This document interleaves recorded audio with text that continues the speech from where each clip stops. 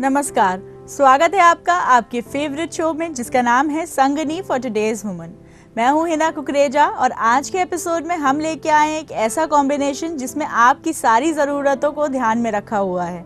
सबसे पहले हम बात करेंगे ब्यूटी मेकओवर की और बताएंगे उसमें कि कैसे रखें आप अपने बालों का खास ख्याल इस विंटर सीजन में। उसके बाद हम बात करेंगे आपकी हेल्थ से रिलेटेड कुछ बातों के बारे में और फिर आखिर में ले चलेंगे आपको स्टाइल बाजार में। तो चलिए एपिसोड शुरू करने से पहले देखते हैं आज के एपिसोड की एक छोटी सी झलक। अगर आपके बाल रूखे हैं तो आप मसाज के लिए नारियल तेल का इस्तेमाल करें, क्योंकि इसमें मैग्नीशियम, कैल्शियम, आयरन, पोटेशियम जैसे तत्व पाए जाते हैं जो बालों की जरूरत को पूरा करते हैं। आपका खाना देखने में इतना अच्छा लगना चाहिए, बच्चों को सुंदर लगना चाहिए कि बच्चों को उसका खाने का मन करे। और दूसरी चीज़ आती है टेस्ट। तो अब ये हमारे लिए एक चैलेंज होता है कि चीज़ टेस्टी भी हो और न्यूट्रिशियस भी हो। अगर वी-नेक्स डिजाइन के स्वेटर्स की बात करें तो ये पैटर्न बाकी डिजाइन से अलग होता है, लेकिन वी-नेक्स पैटर्न में भी लॉन्ग स्लीव्स के साथ रिब्ड कव्स होते हैं। आइए बढ़ते हैं हमारे पहले सेगमेंट की तरफ जहां हम बात कर रहे हैं ब्यूटी मेकओवर की। सर्दियों का मौसम है, हमारे बाल सर्दियों में कुछ ऐसे हो जाते हैं जिन्हें हम सही से मैनेज नहीं कर पाते। इसीलिए हम आपके लिए लेके आए हैं कुछ ऐसी टिप्स जिन्हें फॉलो करके इस सीजन में आप अपने बालों को अच्छे से मैनेज कर पाएंगी और उनमें एक नेचुरल शाइन मेंटेन कर पाएंगी। आइए देखते हैं क्या कुछ खास टिप्स हैं आपके लिए हेयर केयर के लिए।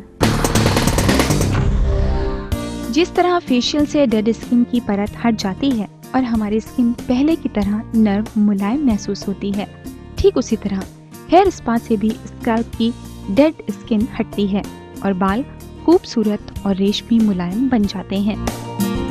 सर्दियों में बाल रूखे होना, टूटना एक आम बात हो जाती है और आप इस समस्या से जूझती रहती हैं। इस प्रॉब्लम का सलूशन घर बैठे हमारे ब्यूटी टिप्स सेगमेंट में जानिए। Hair spa treatment.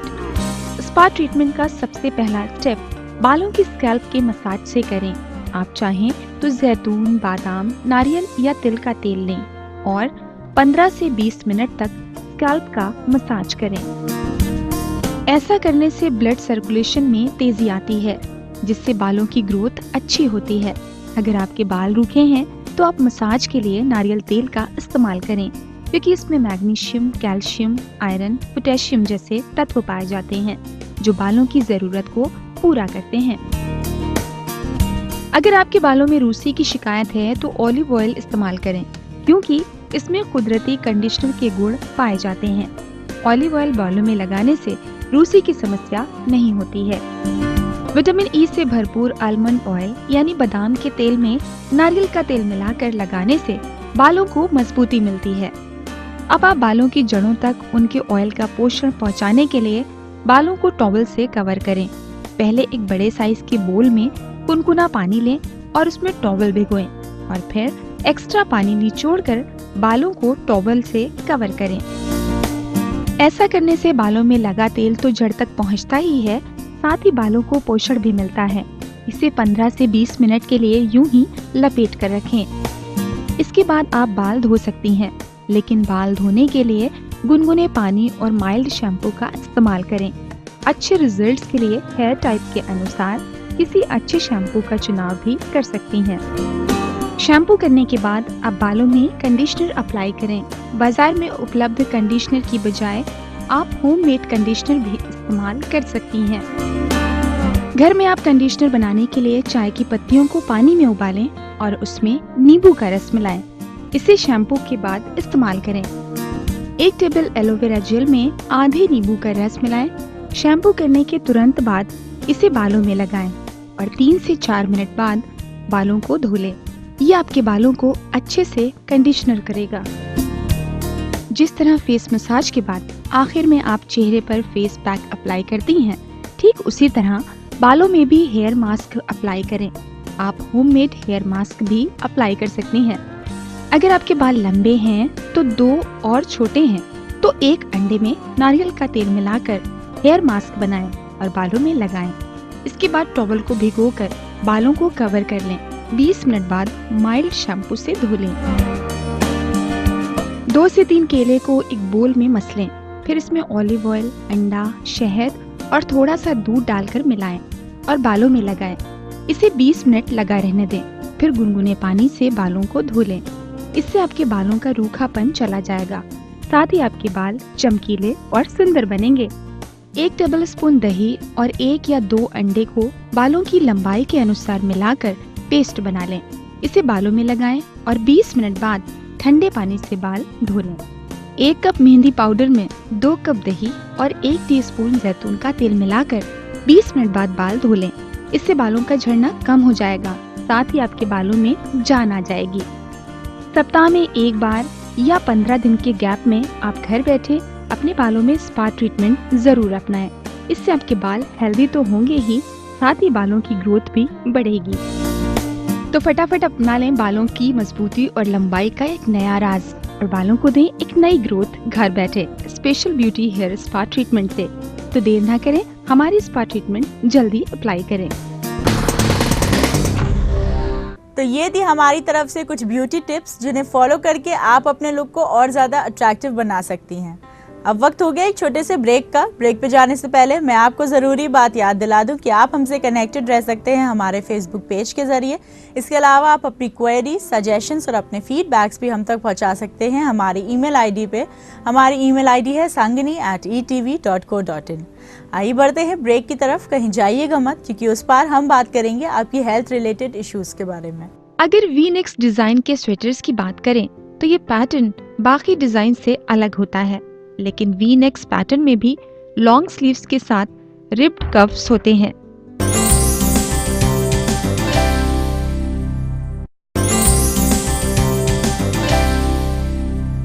Welcome back after the break. आप देख रहे हैं संगनी फॉर टुडेज वुमन। अब हम बढ़ते हैं हमारे हेल्थ रिलेटेड सेगमेंट की तरफ, जहां हम आपको बताएंगे कैसे बनाएं आप अपनी डाइट को स्ट्रेस फ्री। इस बारे में बात करने के लिए आज हमारे साथ स्टूडियो में मौजूद हैं डॉक्टर सुरभि जैन।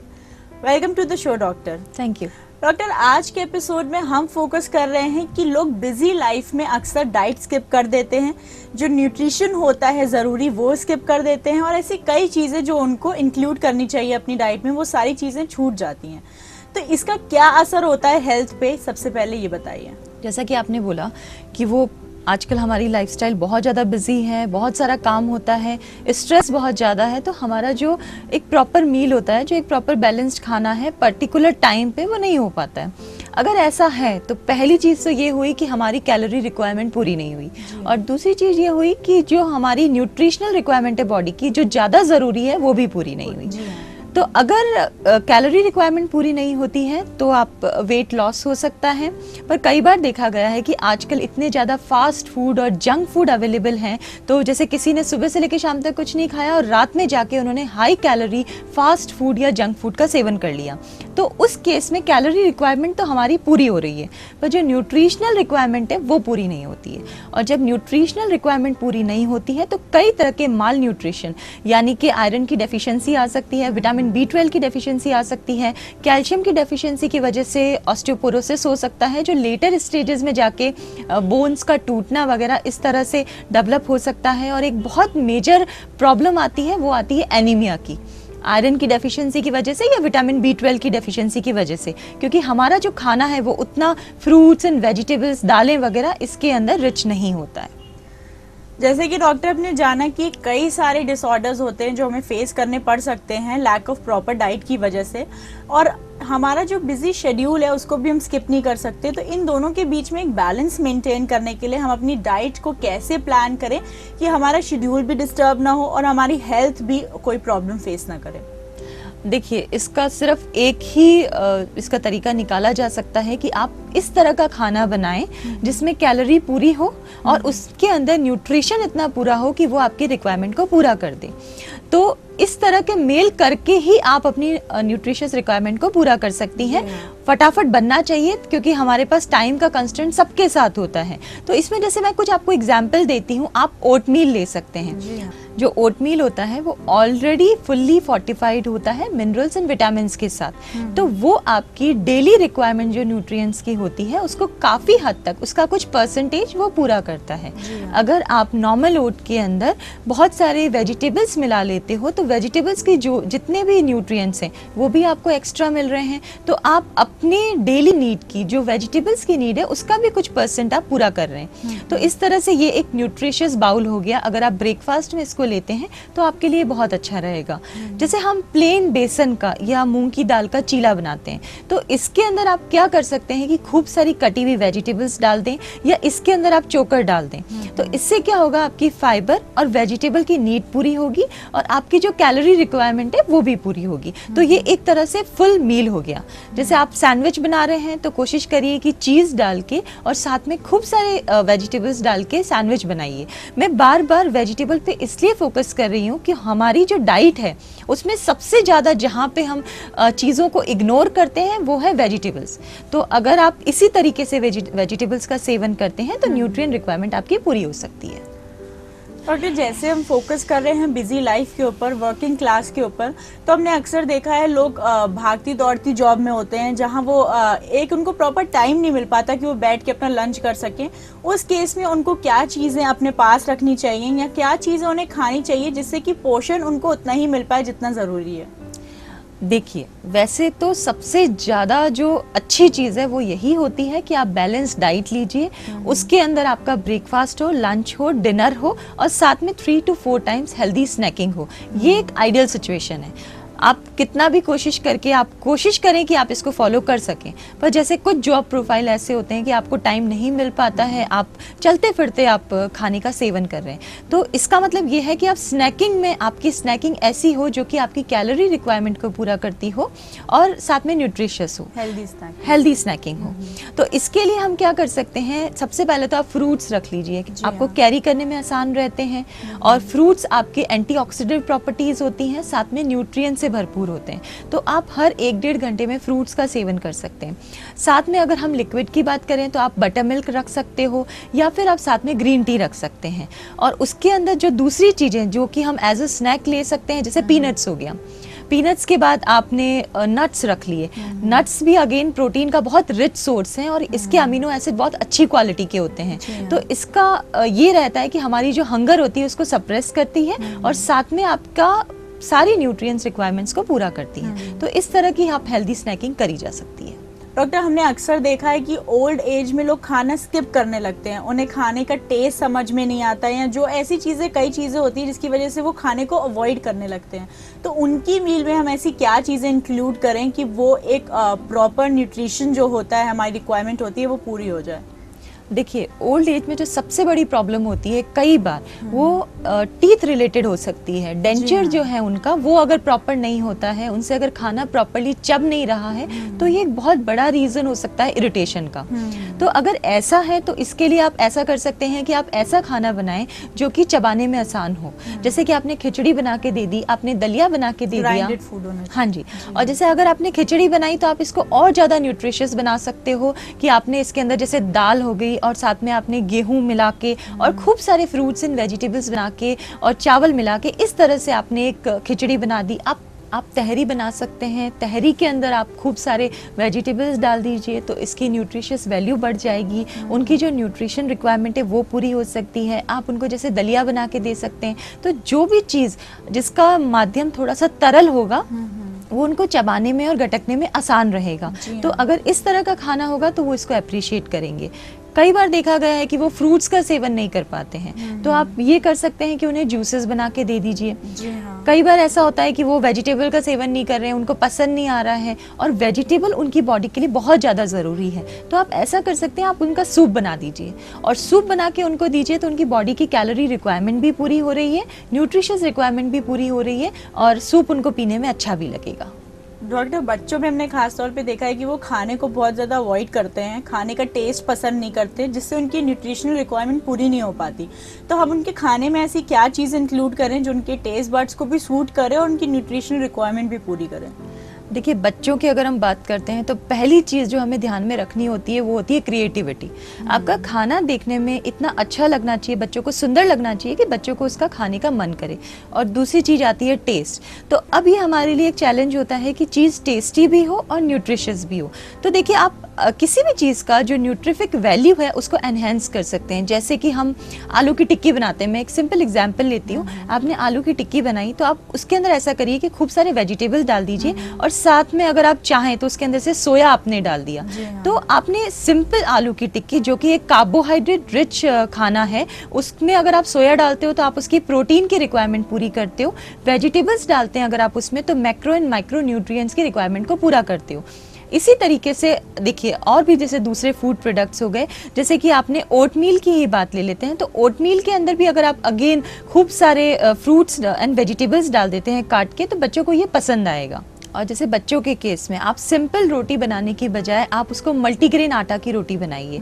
मल्टीग्रेन आटे में आप बेसन भी डाल सकते हो। उससे क्या होगा कि बच्चे ज़्यादातर दाल खाने में थोड़ा सा प्रॉब्लम करते हैं, तो बच्चों की जो प्रोटीन रिक्वायरमेंट है आप इस तरीके से पूरा कर सकते हैं।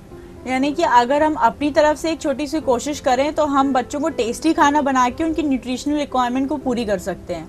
Thank you so much doctors, ढेर सारी इन्फॉर्मेशन के लिए। हम उम्मीद करते हैं कि हमारे दर्शकों को इस तरीके से हेल्दी बनने में बहुत ज़्यादा मदद मिलेगी। Thank you. तो दर्शकों, ये थी हमारी तरफ से डॉक्टर की सलाह, जिन्होंने आपको बताया कि क्या कुछ नए तरीके हैं जिन्हें फॉलो करके आप अपनी हेल्थ को इम्प्रूव कर सकते हैं, और इसके साथ साथ अपनी डाइट प्लान में क्या चीज़ें इंक्लूड करें जिससे कि बिजी रहने के बावजूद भी आपकी न्यूट्रिशनल रिक्वायरमेंट पूरी होती रहे। अब वक्त हो गया एक छोटे से ब्रेक का। ब्रेक पे जाने से पहले मैं आपको बता दूं कि आप हमसे जुड़े रह सकते हैं हमारे फेसबुक पेज के जरिए। इसके अलावा आप अपनी क्वेरीज, सजेशंस और अपने फीडबैक्स भी हम तक पहुंचा सकते हैं हमारी ईमेल आईडी पे। हमारी ईमेल आईडी है sangani@etv.co.in। चलिए बढ़ते हैं ब्रेक की तरफ, कहीं जाइएगा मत, देखते रहिए संगनी फॉर टुडेज वुमन। अगर वी नेक्स डिजाइन के स्वेटर्स की बात करें तो ये पैटर्न बाकी डिजाइन से अलग होता है, लेकिन वी नेक्स पैटर्न में भी लॉन्ग स्लीव्स के साथ रिब्ड कफ्स होते हैं।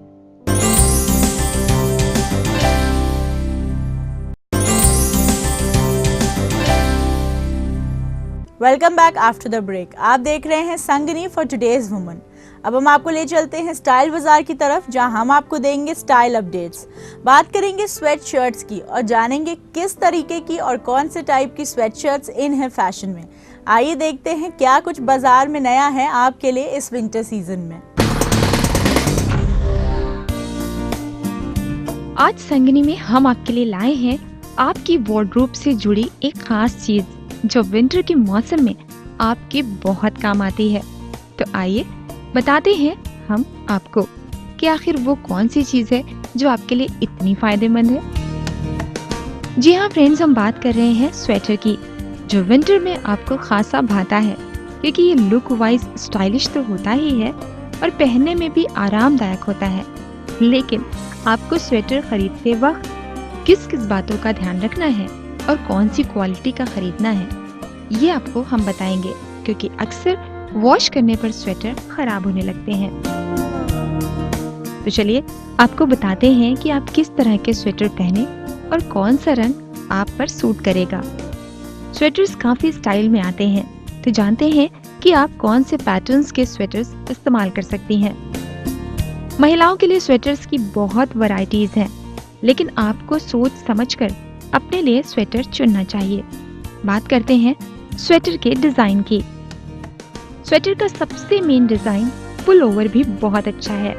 इस डिजाइन में लॉन्ग स्लीव्स के साथ रिब्ड कफ्स होती हैं और इसकी लंबाई मिड थाई तक होती है।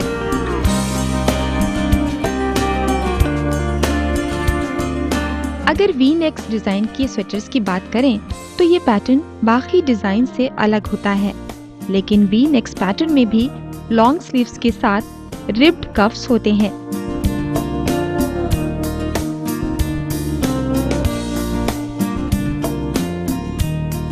इसे पतले सूट से बुना जाता है और महिलाओं में वी नेकलाइन थोड़ी ज्यादा होती है। स्वेटर के एक डिजाइन को बहुत से लोग जैकेट्स या कोट समझ लेते हैं। इस पैटर्न को कार्डिगन कहते हैं। इसमें लार्ज साइज के बटन्स लगे होते हैं और फ्रंट में जिप होती है। अपनी पसंद के अकॉर्डिंग आप इस डिजाइन का कोई भी कलर चुन सकती हैं। इन सभी डिजाइन का आप यूज कर सकती हैं और साथ साथ टर्टल नेक्स पैटर्न का इस्तेमाल भी आप कर सकती हैं। इसमें नेक के चारों तरफ फैब्रिक ड्रेप्स होती है जो इस वक्त फैशन में है। इसकी लंबाई कमर तक होती है। अगर रंगों की बात की जाए तो हर डिजाइन में हर तरह के रंगों के स्वेटर्स मौजूद हैं और आप अपने अकॉर्डिंग किसी भी रंग का स्वेटर चुन सकती हैं। वी नेक के डिजाइन वाला स्वेटर आप पे ज्यादा अच्छा लग सकता है, बस शर्त ये है कि आप स्लिम ट्रिम हो। वी नेक स्वेटर्स और wrap sweaters hourglass body shape पर सूट करेंगे। साथ ही कार्डिगन्स पैटर्न भी आपकी इस बॉडी टाइप पर अच्छे लगेंगे। अगर बात करें स्वेटर के जनरल यूज की तो विंटर में हमारी वार्डरोब में इसका एक अहम यूज होता है, क्योंकि ये स्टाइलिश पैटर्न में तो होते ही हैं, साथ ही ये हमें विंटर के मौसम में सुरक्षित रखते हैं। आज संगनी में हमने बात की स्वेटर्स के स्टाइल्स और उसके पैटर्न्स के बारे में। आगे भी हम आपके लिए लाते रहेंगे ऐसी ही कुछ चीजें जो आपको आपकी लाइफ में चेंज करती रहेंगी। आज के लिए बस इतना ही। तो ये थी कुछ स्टाइल अपडेट्स जिन्हें फॉलो करके आप अपने लुक को और ज़्यादा अट्रैक्टिव बना सकती हैं और अपनी पर्सनालिटी को एनहांस कर सकती हैं। स्टाइल में रहना बहुत ज़रूरी है क्योंकि ये आपकी ओवरऑल पर्सनालिटी को रिफ्लेक्ट करता है। अब वक्त हो गया है आपसे इजाज़त लेने का। उससे पहले मैं आपको याद दिला दूं कि आप हमसे कनेक्टेड रह सकते हैं हमारे फेसबुक पेज के ज़रिए। आप हमें अपनी क्वेरीज, सजेशंस और अपने फीडबैक्स भी लिख के भेज सकते हैं हमारी ईमेल आईडी पे। हमारी ईमेल आईडी है sangani@etv.co.in। अब दीजिए मुझे और मेरी टीम को इजाज़त। अगले एपिसोड में फिर मिलेंगे और बात करेंगे कुछ और नए इश्यूज़ के बारे में। तब तक के लिए नमस्कार।